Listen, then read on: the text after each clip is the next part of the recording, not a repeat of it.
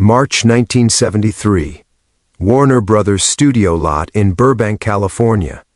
Two different films were shooting just a few hundred yards apart, but nobody imagined that a simple lunch break would quietly reshape how Hollywood thought about toughness, respect, and masculinity. Bruce Lee was 32 years old and standing at the edge of everything he had fought for. He was filming additional scenes for Enter the Dragon, the project he hoped would finally break him out of years of typecasting and rejection.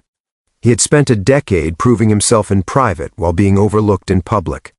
On set, Bruce was intense to the point of discomfort.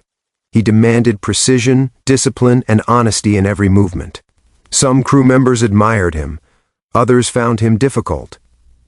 But nobody doubted his ability. On the other side of the lot, Clint Eastwood was 42 and already a certified star, the face of the Dirty Harry films, the man who had redefined the American Western. Clint carried himself with effortless authority. He wasn't loud or theatrical. His power came from stillness, from the confidence of someone who knew the industry bent around him. He had an ego, like every leading man, but it was subtle, controlled, and rarely challenged. They had never met. They came from different worlds, different traditions, different definitions of strength, but everyone on the lot knew exactly who both men were. That afternoon, both productions broke for lunch at the same time. The studio commissary filled quickly.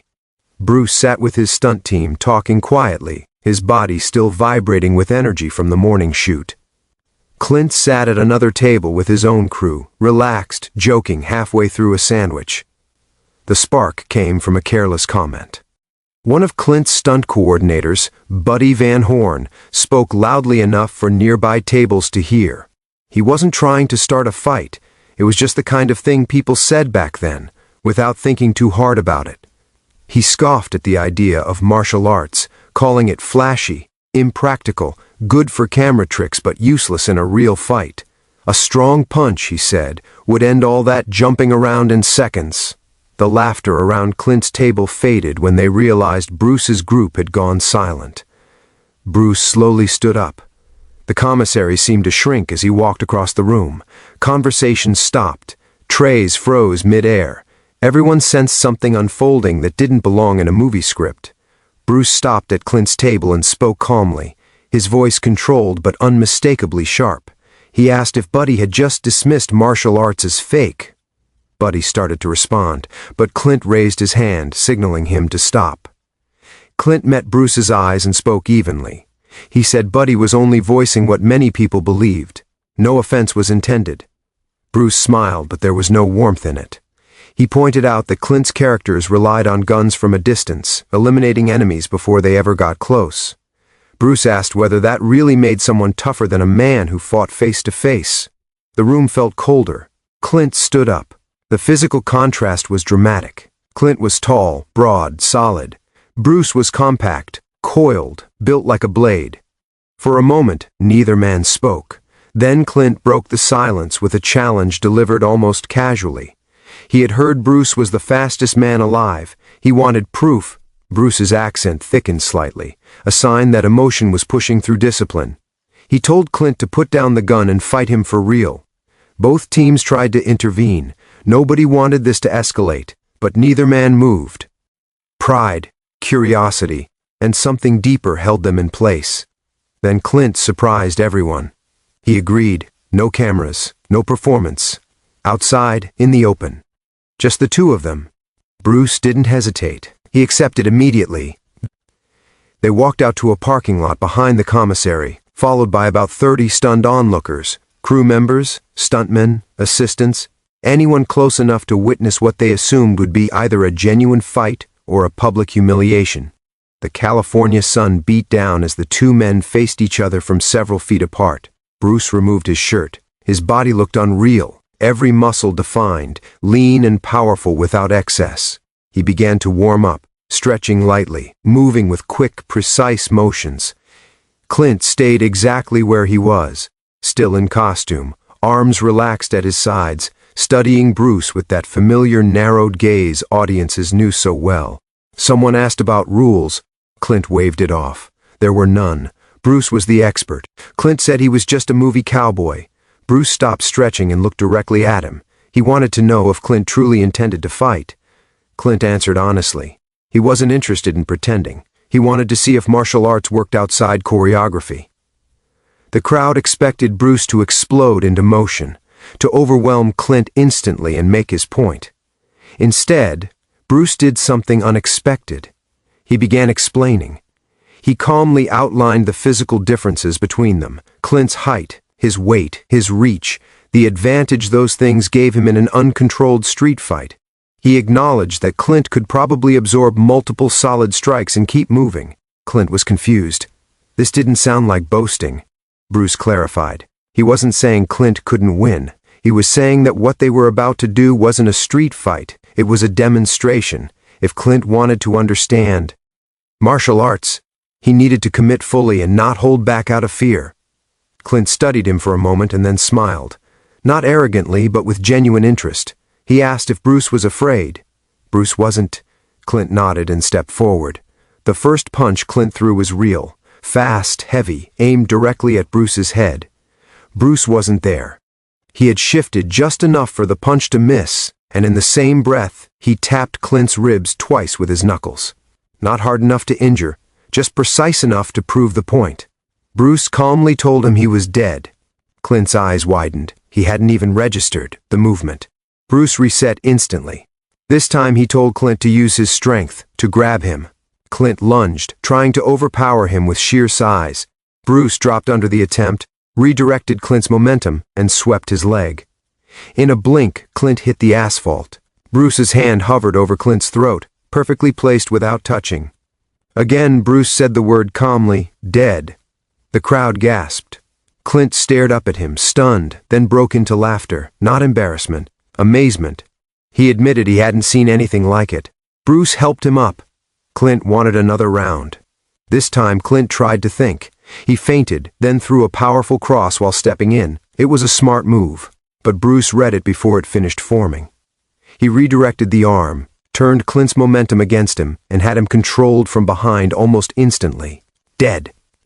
Clint stood still afterward, breathing hard, not from fatigue but from realization. He raised his hands and admitted it. He was convinced. Bruce then asked him to try hitting him again. For real. Bruce wouldn't attack this time. Clint hesitated. He didn't want to hurt him. Bruce insisted. Clint threw a hard hook toward Bruce's ribs. Bruce barely moved. A slight angle shift was enough. Clint's fist C-U-T through empty space. Bruce explained what had happened. He hadn't danced around or wasted energy. He had moved only as much as necessary. That was real martial arts. Efficiency. Clint stood there smiling, drenched in sweat, his worldview quietly collapsing. He apologized. He admitted he had thought martial arts was performance, not science. Bruce relaxed. They returned to the commissary together, beers in hand, and sat outside while the crowd dispersed, disappointed there had been no brawl. For 2 hours they talked, not as rivals but as equals. Bruce explained that speed was an illusion. He wasn't reacting to punches, he was reading intention. Weight shifts, shoulder drops, signals the body gave away before the mind committed. Clint compared it to reading tells in a card game. Bruce agreed. Fighting, he said, was mostly mental. The body simply carried out decisions already made. Clint admitted something quietly then. He had played tough men for 15 years, but he hadn't been in a real fight since high school. Everything he did on screen was posture, image, acting. Bruce was surprised by the honesty. Clint told him why he was saying it because Bruce had proven he was real, and that earned respect. They talked about frustration, about dreams, about the walls Bruce kept hitting in Hollywood. Bruce spoke openly about racism, about being offered roles that stripped him of masculinity, humanity, and complexity. Clint listened, uncomfortable but attentive. He admitted he had never had to fight for opportunities. Bruce didn't accuse him. He simply stated the reality, and Clint asked a question that surprised Bruce. What do we do about it? The next day, the story of the parking lot showdown had already begun to ripple through Warner Brothers. Rumors flew faster than anyone could verify. Some said Bruce humiliated Clint. Others insisted it was staged. Some even claimed they had gone all out, and the fight had been brutal. None of it captured the truth. Only those 30 witnesses had seen what really happened, a disciplined demonstration of skill and respect. Clint Eastwood, a man who rarely gave interviews, called the press that afternoon. Word spread quickly, and reporters crowded the lot. When Clint appeared, everyone expected evasive answers, smoke or deflection. But he surprised them. "I want to talk about something that happened yesterday," he began, voice calm but deliberate. "I met Bruce Lee. I challenged him to show me if martial arts is real or just movie tricks." He paused, letting that sink in. Reporters leaned forward. Bruce accepted. No cameras, no choreography, just him and me in a parking lot. And in 30 seconds, he showed me he could have ended me in 3 different ways. A ripple of astonished murmurs went through the room. "I'm 6'4", 200 pounds. He's 5'7", 140. It didn't matter. Skill neutralized size." A reporter pressed. "Are you saying Bruce Lee could beat you in a real fight?" Clint didn't hesitate. "I'm saying Bruce Lee is the real deal. Hollywood needs to recognize it. We give guys like me, white cowboys with guns, all the hero roles. Meanwhile, the most talented action star in the world is offered supporting roles because of his race. That's wrong." Another journalist jumped in, sensing controversy. Clint raised a hand. "I'm not here to start a fight with anyone. I'm just saying what's true. If you want to see real martial arts, real action, real talent, watch Enter the Dragon when it comes out. Bruce isn't acting tough. He is tough. That's the difference." The statement exploded across Hollywood. By evening, Variety and The Hollywood Reporter were ablaze with headlines. The Los Angeles Times ran a story on the unexpected endorsement. Suddenly, doors broke. E had been banging on for years began opening. Calls from agents, producers, and studio executives flooded in. Clint's acknowledgement had turned Bruce from an overlooked talent into an undeniable force. That evening, Bruce called Clint. "You didn't have to do that," he said quietly. Clint's voice was measured. "Yes, I did. You earned it." Bruce asked why. Clint paused, then spoke softly. "Because yesterday, you taught me something. Real toughness isn't about posture. It's about skill, discipline, and humility. I've been pretending to be tough for 20 movies. You've actually been tough your whole life. The least I could do was tell the truth." Bruce wanted to return the favor. In April, he invited Clint to Hong Kong to watch filming on Enter the Dragon. Clint arrived curious, observing the precision, the choreography, the way Bruce turned martial arts into cinematic poetry. Each movement was deliberate, each strike calculated, yet it appeared effortless. Clint, a master of cinematic presence himself, recognized a kindred spirit in Bruce's discipline. After an intense fight scene, Clint approached Bruce. "Would you ever consider making a movie with me?" he asked. Bruce laughed, the idea so wild it almost sounded like a joke. "A kung fu western?" he said. "Why not? You teach me how to shoot and move like you do. I'll teach you martial arts. We could make something no one's ever seen." Clint raised a practical objection. "Hollywood wouldn't allow it. One of us would have to play second fiddle." Bruce shook his head. "Then we don't do it there. Independent. We finance it ourselves. We own it, 50-50. The plan excited Clint. He had grown bored of playing the same tough guy over and over. Bruce was on the verge of superstardom with Enter the Dragon. Together, they could challenge the industry's norms. They tentatively titled the project The Dragon and the GU. Bruce would be a Chinese martial artist helping a frontier town defend itself. Clint, a reluctant gunfighter, would learn martial arts as the story unfolded. They spent weeks developing the script, exchanging notes, meeting in hotels, and planning the film's choreography. It was bold, unprecedented, and full of potential. Then tragedy struck. Bruce Lee died on July 20, 1973, at the age of 32, from cerebral edema. Clint was in Montana filming Thunderbolt and Lightfoot. When the news reached him, he immediately left the set and flew to Seattle for Bruce's funeral.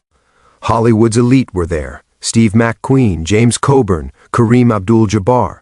But Clint felt like an imposter. He had known Bruce only a few months, yet those months had changed him profoundly. After the service, Linda Lee approached Clint, tears in her eyes. "Thank you for coming," she said. "Bruce talked about you constantly these last few months, about the project." Clint felt the weight of unfinished dreams, of the film they would never make.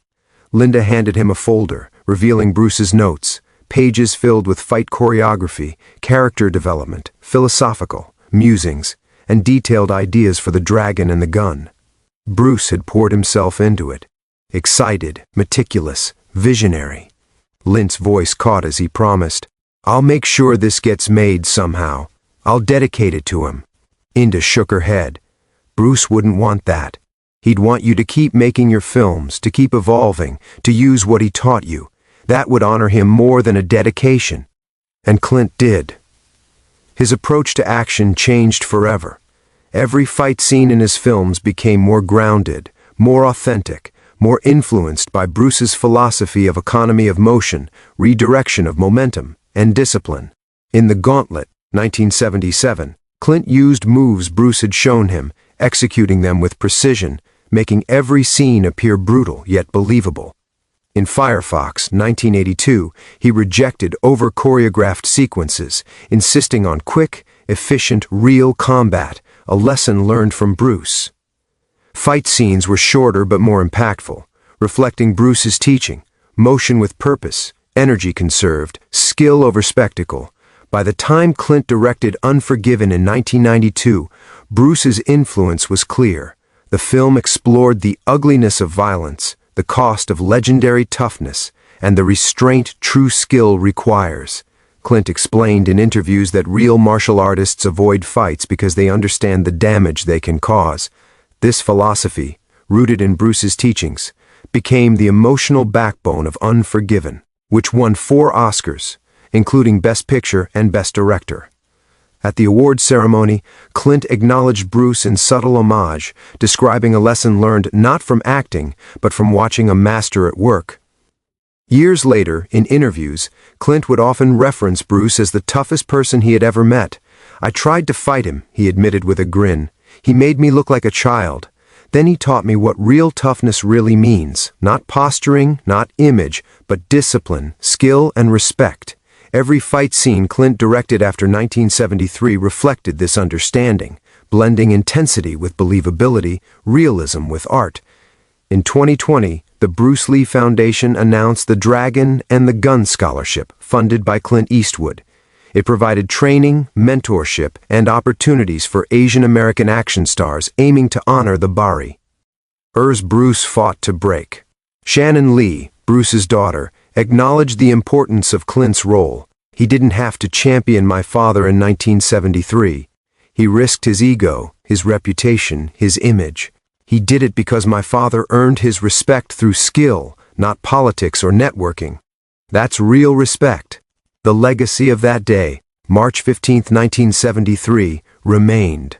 A single parking lot encounter, 30 witnesses, a 30-second demonstration, and months of conversations had reshaped how 2 legends viewed courage, discipline, and artistic integrity. They never got to make The Dragon and the Gun, but their brief friendship left an indelible mark. Bruce gained recognition and a rare Hollywood ally. Clint learned that toughness wasn't measured by size, guns, or bravado, but by mastery over one's body, mind, and ego. Years later, reflecting on Bruce, Clint would tell interviewers, "Every time I direct a fight scene, every time I see martial arts on screen, I think about him. He changed how I see masculinity. Real strength isn't about dominating someone else. It's about controlling yourself, your actions, your intentions. Even today, the story resonates. It's not just a tale of 2 famous men. It's a lesson in humility, respect, and the quiet power of mastery. A short encounter that rippled through decades, shaping films, inspiring actors, and redefining toughness in Hollywood. And while Bruce Lee passed away far too young, his spirit endures. Clint Eastwood, 94 years old, continues to carry those lessons in every project, proving that the true measure of greatness is how it influences others, not just what you accomplish alone. That 30-second confrontation, that shared respect, that unmade movie, those were the moments that shaped legends. Bruce Lee had beaten Clint Eastwood in 30 seconds, but he had also taught him the meaning of real martial arts, of real discipline, and of real courage. And through that, Both men changed the way the world understands toughness, honor, and artistry. Two legends, one moment, 50 years of influence.